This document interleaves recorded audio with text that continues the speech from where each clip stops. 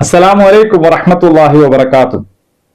അൽഹംദുലില്ലാ വസ്സലാത്തു വസ്സലാമു അലാ റസൂലില്ലാ. പ്രിയമുള്ളവരെ, പരിശുദ്ധ ഖുർആൻ ഇറങ്ങിയ മാസത്തിലൂടെ നാം ജീവിച്ചുകൊണ്ടിരിക്കുകയാണല്ലോ. എന്താണ് പരിശുദ്ധ ഖുർആനിലുള്ളത്? ഇതിനകം തന്നെ നാം പാരായണം ചെയ്തു കഴിഞ്ഞിട്ടുള്ള അനേകം സൂക്തങ്ങളിൽ നാം പരിചയപ്പെട്ടു കഴിഞ്ഞു. നമുക്ക് ഇരു ലോകത്തെയും ജീവിതത്തിന്റെ വിജയത്തിന് ആവശ്യമായിട്ടുള്ള കൽപ്പനകളാണ് പരിശുദ്ധ ഖുർആനിൽ അടങ്ങിയിട്ടുള്ളത്. ഒരു സമൂഹം എന്നുള്ള നിലയിൽ മനുഷ്യൻ ജീവിക്കുമ്പോൾ ഗുണകരമല്ലാത്ത കാര്യങ്ങളെല്ലാം ഖുർആൻ വിലക്കിയിരിക്കുന്നു. എന്നാൽ പരിശുദ്ധ ഖുർആനിന്റെ ഒന്നാമത്തെ തന്നെ കൽപ്പന എന്താണ്? വായിക്കുക എന്നാണ്.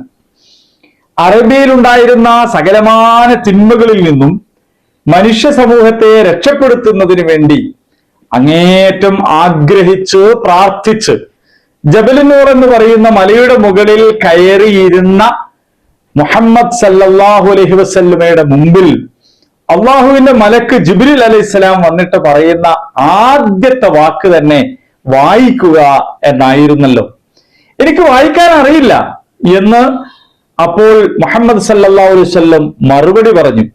വായിക്കാൻ മുഹമ്മദ് നബിക്ക് അറിയില്ല എന്നറിയുന്നവൻ തന്നെയാണ് ജിബ്രീൽ അലൈഹിസ്സലാമിനെ മുഹമ്മദ് സല്ലല്ലാഹു അലൈഹി വസല്ലമയുടെ അടുത്തേക്ക് അയച്ചത്. എന്നിട്ട് വായിക്കാൻ വേണ്ടി കൽപ്പിച്ചത് എന്തിനായിരിക്കും അത്? അങ്ങനെ വായിക്കാൻ പറയുമ്പോൾ ജിബ്രീൽ അലൈഹിസ്സലാമിന്റെ കയ്യിൽ വല്ലതും ഉണ്ടായിരുന്നോ?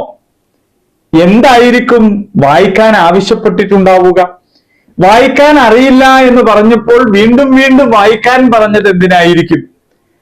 പ്രവാചകൻ സല്ലല്ലാഹു അലൈഹി വസല്ലമയോട് മാത്രമുള്ള കൽപ്പനയായിട്ടല്ലാതെ ആ ഖുർആൻ പാരായണം ചെയ്യുന്ന ലോകാന്ത്യം വരെയുള്ള സകലരുടെയും മുന്നിൽ വായിക്കുക എന്ന ഈ കൽപ്പനയെ അവശേഷിപ്പിച്ചത് എന്തിനായിരിക്കും?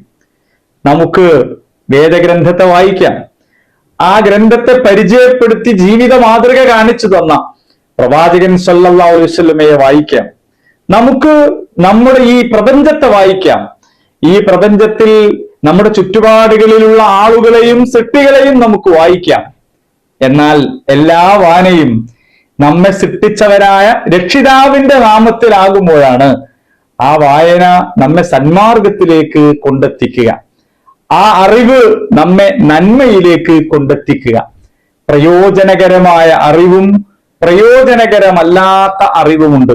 വായനയുടെ പൊരുളറിഞ്ഞ മഹാഭാഗ്യവാന്മാരിൽ അള്ളാഹു നമ്മെ എല്ലാവരെയും ഉൾപ്പെടുത്തി അനുഗ്രഹിക്കുമാറാകട്ടെ.